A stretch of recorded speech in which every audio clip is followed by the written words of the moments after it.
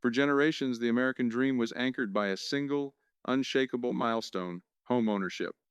The formula was passed down from parents to children like a sacred rule of financial survival.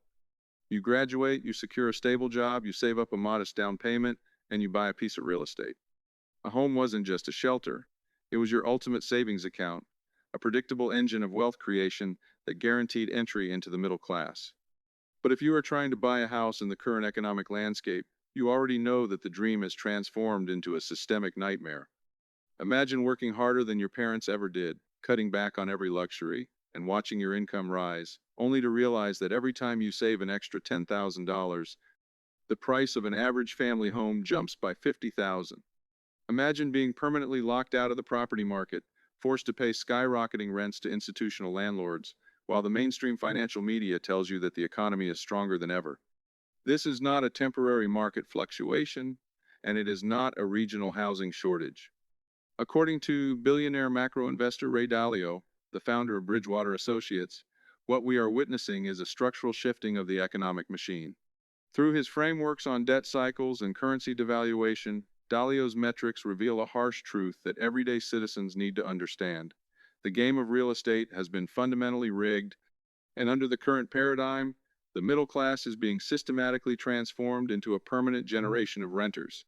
To understand why you can no longer afford a home, we have to stop looking at local real estate listings and start looking at the global monetary architecture.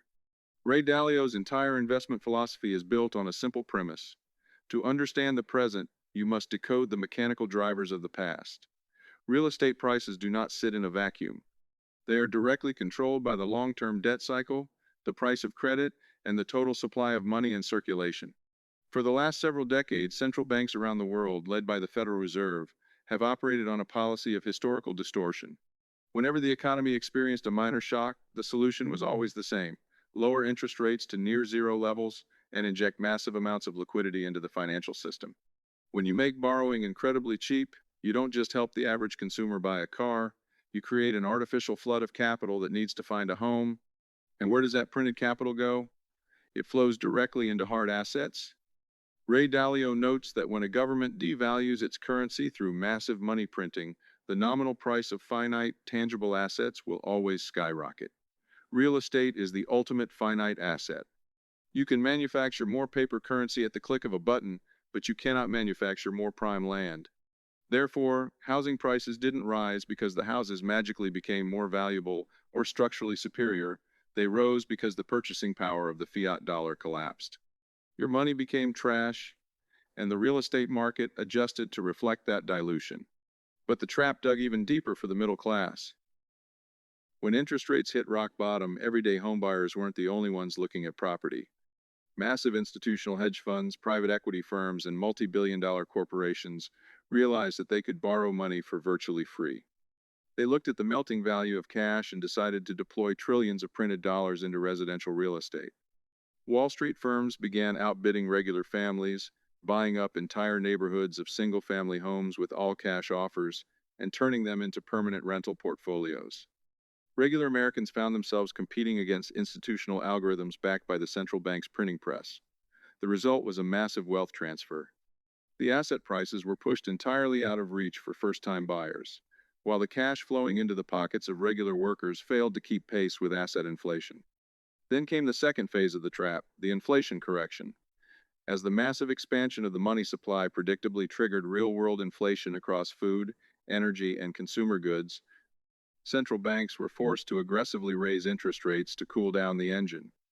To the average observer, this seemed like it would fix the housing problem.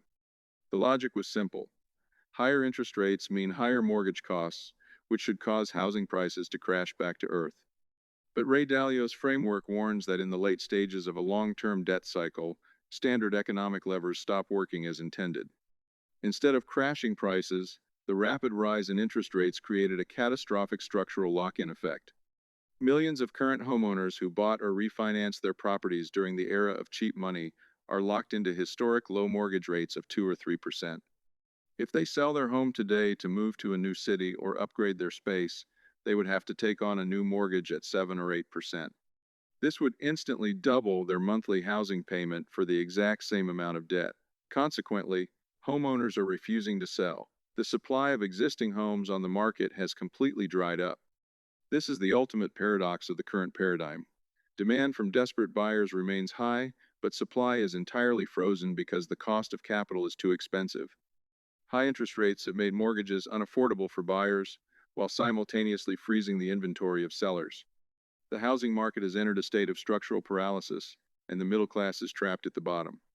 Ray Dalio frequently emphasizes that to survive a paradigm shift, you must first eliminate your personal biases and see the world exactly as it is, not how you wish it would be. If you are sitting on the sidelines, holding all your savings in a traditional bank account, waiting for the housing market to crash back to 2012 prices so you can buy a traditional family home, Dalio's research suggests you are relying on an outdated playbook. The rules of the economic machine have permanently changed. So, how do you apply the Dalio blueprint to protect your capital and solve this real estate dilemma when you feel locked out of the traditional property market? The framework offers 3 strategic solutions to pivot your approach.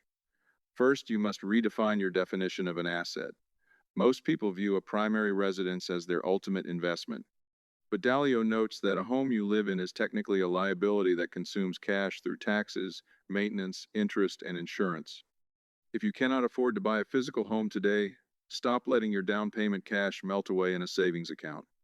Instead, reallocate that capital into globally diversified equities and productive corporate assets that possess true pricing power. Invest in businesses that can raise their prices along with inflation.